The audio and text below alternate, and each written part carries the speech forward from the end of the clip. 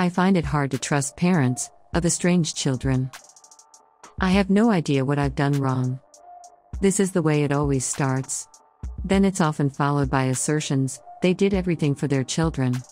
As they try desperately to convince me they are the victim, I can't help but feel that the person they are really trying to convince is themselves.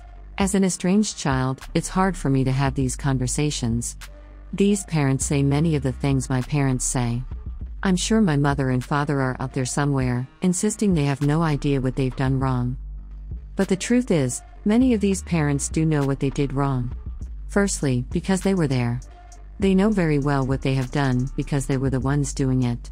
And secondly, we tell them as adults in a desperate bid to make them see the error of their ways, so we can save the relationship. I told my mother many times how she affected me. Each time, I naively hoped she would listen to me and say sorry.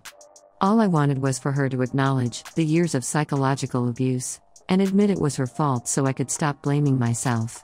But she refused to take responsibility. So one day I cut ties, and she had the audacity to act as if it came out of nowhere. I begged my father many times to believe me over my mother. After what felt like the 100th time, I cut ties for the sake of my mental health. He insists he has no idea why I don't talk to him. My parents know the truth, but they don't want to face it. Telling stories to other people, where they paint themselves as the victims, is more comforting. And those people lap it up and feel sorry for them. I understand parents and children fall out sometimes. And I know not all situations are like mine. I've also had conversations with parents who were victims of abusive children. But I can't help but feel skeptical of parents who complain about their children cutting them out, as if they are ungrateful brats, rather than trying to understand their children's pain. With this particular sort of parent, there is never any evidence they are taking responsibility for how they may have contributed to their children's estrangement. And this makes me uncomfortable.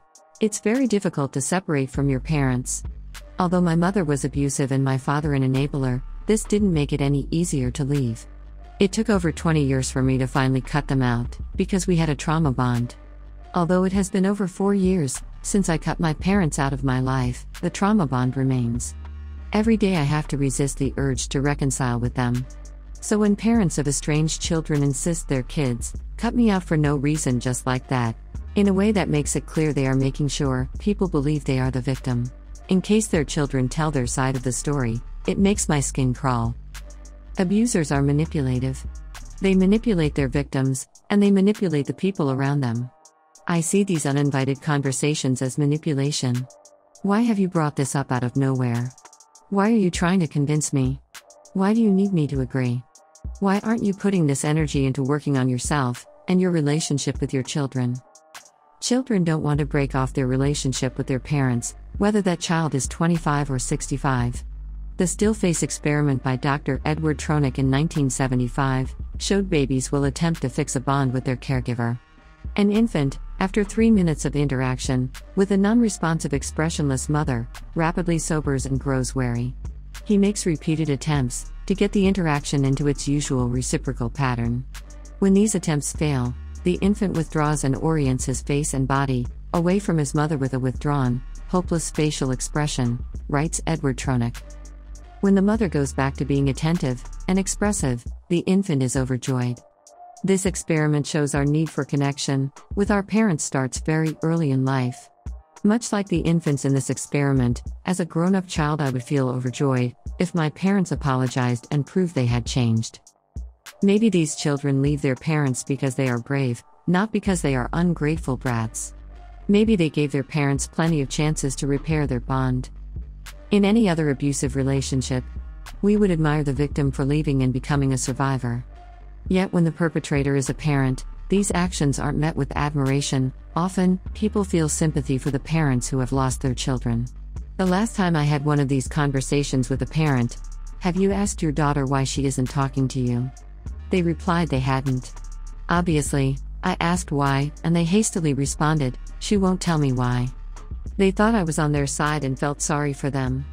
Poor thing, they don't know why their child cut them out. But due to their response, I felt like I knew why, and they knew why too. I have no idea what I've done wrong. Pretending you don't know is what you have done wrong. Pushing your children to break a really strong bond is what you have done wrong. Not learning from this, and taking accountability for what you have done wrong. And the most hurtful part is that you haven't learned a thing. You continue to put your ego first, by spreading your version of events, rather than listening to the pain of your children. That is what you've done wrong.